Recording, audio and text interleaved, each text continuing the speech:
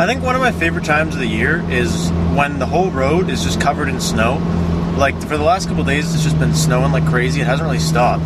And all the roads are just packed with snow. And, like, even after the plows and the salt and everything goes down, you still have the one day where everything's just covered in snow, all the roads and everything. And I think it just looks so nice. But it also led me to realize that being a car enthusiast in Canada sucks. Like, real bad. It sucks for a lot of reasons, but many of them you can probably figure out yourself. But mainly, we have to spend more money than if we were to live, okay, so not just Canada, but if you live anywhere snowy, and you know what I'm talking about, but in the States there's more places where it doesn't really snow as much, or it just gets cold, but they don't salt the roads or whatever. And the reason I say we spend more money is because, one, if you're a car enthusiast and you really like your car, you don't want it to get ruined in the winter from all the salt and all the grind all over the road. So you're either going to store your car, depending on how much work you've done to it, you're either going to store it to make sure that nothing bad happens to it, no salt gets on it or anything gross like that, or you're going to have to spend more money to get it undercoated, to buy winter tires for it, to keep it clean all the time so that the rust doesn't start happening. And it's just, I guess unfortunate is the word I'm looking for. It just kind of sucks. Because, so for me, I'm driving this car in the winter. Like, there is no question about it. It's my car. I don't really want to buy two cars this year, at least. This is my car.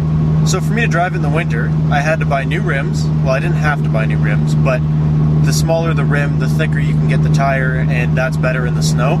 And also, if you want to get better grip through the snow, like you want your tires to cut through, you want to get a little bit of a narrower tire.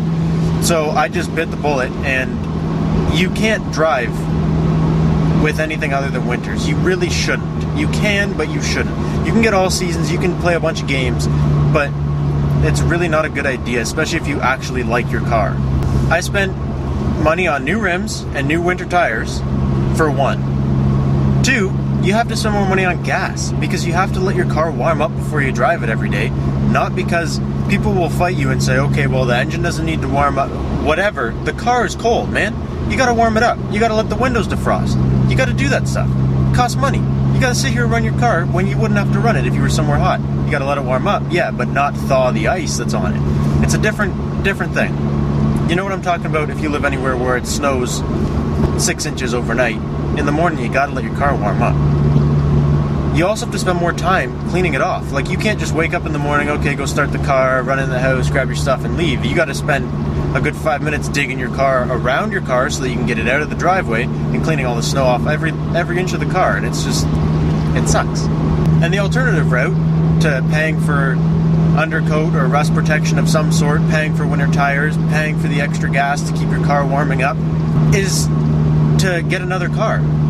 And is that really what everybody does? No, not a lot of people do that. The only people that really buy other cars are, like, if you have a really, really nice car and you spend a lot of money on that car. Like, if I were to do a bunch of mods to this car over the summer, I might end up buying a new car next winter, strictly because I don't want to risk driving around that much money in the snow when other people are more vulnerable to be crashing into me, and I'm more vulnerable to be losing control and wiping out. So you buy another car, and now that's also a big expense, because a lot of people will go, okay, yeah, well, I already have two cars. Well, that's great, but I have two cars too. One of them I'm not driving in the winter. This one, if I do a bunch of stuff to it, I won't be driving that in the winter either. I'm going to need another car, which is 3, and one is going to be a designated winter car. Now that car still needs winter tires. I mean, you don't need to rust protect it, and if you really hate it, you don't have to let it warm up that much. But still, that's really what there is to it. And besides having to spend more money, it's like, so for the last 2 days it snowed really, really bad, and I had to go to the mall the other day, and I wanted to take my dad's truck because I was taking more than just, there was like 4 of us going, and I didn't want to jam us all in the car. But in another sense, the way the plows go across the roads, if it's not a main road, they'll kind of go around it, and so my road comes out here, and they go around, and they leave this big wall of snow that my car can't get through unless I take a running start at it, and if I take a running start at it, I'm going to blow right through the intersection. So if you're a car enthusiast and you have a car that's, you know, like a little bit lowered, or it's rear wheel drive or whatever the case, you don't really want to be, one, plowing through snow because that messes up your front bumper, but two, driving it in huge snowstorms anyways, because you're at a risk to crash into other people, but other people are at a really high risk for crashing into you, because if you have a nice car, you probably took the steps and got winter tires and got it already, but there's people who don't even get all seasons. They just drive through the winter because they think that that's the way it is, and they don't pay attention in life, and it's not good. It's also impossible to keep your car clean. Like, I know if you like your cars, you like your cars clean. It's nice to look at your clean car. And you notice in my videos, my car's always filthy. And that's because I give up. In the winter, I give up. I just go, yeah, well, whatever. Because if I wash my car tonight, tomorrow morning on the way to work, it's going to get filthy again. By the time I get from the car wash back to my house, my car is going to be dirty, and I just don't see a point in it. Sometimes I take the power wash out, and I power wash underneath the car, or I power wash the car quickly just to get some of the dirt off, but I won't actually take the time and soap up the car and clean it properly in the winter, because there's really no point. It's a waste, again, of money, because it's not really getting me anywhere. And it just kind of sucks, because you have a really nice car and it's always dirty, and it always makes you sad, man. It hurts your heart, because you want to see your car clean, and you want to look at your car and go, man, I love this. Not look at your car and go, man, I wish it was summer. You lose car meets. No one has winter car meets. They have winter beater meets. It's not the same, because you just go there and make fun of how crappy everybody's car is. And I mean, some people have car meets, but it's not the turnout that you want, because like 20 people out of the 200 that usually go to these car meets drive their car through the winter, so you're really only seeing the winter mode of, you know, barely any of the cars that you normally see, and that kind of sucks too. You also can't enjoy your car as much. So, I mean, there's a lot of cars, like if you had an STI or a WRX, you can enjoy that because it's all-wheel drive and you can floor it and you're still going to go somewhere. But, for instance, in my car, I can't enjoy it the same because it's rear-wheel drive and it's really light, and it may not make it may not make a lot of power. Get over that. What I'm saying is, the fun in my car comes around corners and comes when you're going through bends and when you're just really, really, really applying the car to what it's meant to do.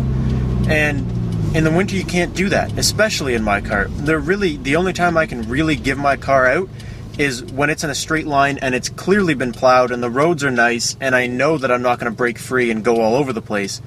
That's the only time I can really gun my car, or like really give it and enjoy my car. And I don't know, man, you kind of miss it. You can't go through a corner at, I don't know how fast you guys go through corners, but I mean, depends what kind of road you're on. But you can't like rip it through a corner and enjoy it the same as you would in the summer, because you're just going to wipe out. So yeah, my car is not really fun in a straight line. If you have a fun straight line car, it's still hard to find a nice spot where you can go in a straight line really fast, really hard, especially with your winter tires, because anybody that drives hard on winter tires knows that they're just gummy, mushy. And it's really good for drifting. I actually think the best way to learn to drift is to go somewhere where it snows, because you don't have to, you can learn it slowly, you can drift slowly, right? You're not like ripping around 100 miles an hour drifting.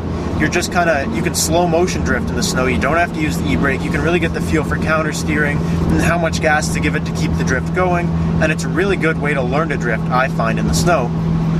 But that's the only fun you get out of it. And once the snow melts and it's all just kind of wet, you don't really want to drift, because then you're going to kill your winter tires, and you got to buy new ones next year, and you're just wasting more money. So I spend a lot of time going, man, I wish I lived in like California or somewhere where it's warm and I could have my car really nice and be constantly doing mods to it and stuff. Like, I can't even really do much because my dad's got his car in the garage for the winter, so I have to roll his car out to put mine in, and he won't let me roll it out on bad days. Plus, it's not really fun to work on your car in the freezing cold. Everything's salty and snowy, and it's not the same as in the summer when you're working on your car. So that was my little rant about how it does suck to be a car enthusiast in Canada. I mean, it's really nice. It's really a great place to learn how to drift, and it's really nice to look at. But as for being an enthusiast and living in Canada year-round, I think that there's a lot more downside to that than there is upside. Anyways, guys, thank you so much for watching, and as always, I will catch you in the next video. Peace out.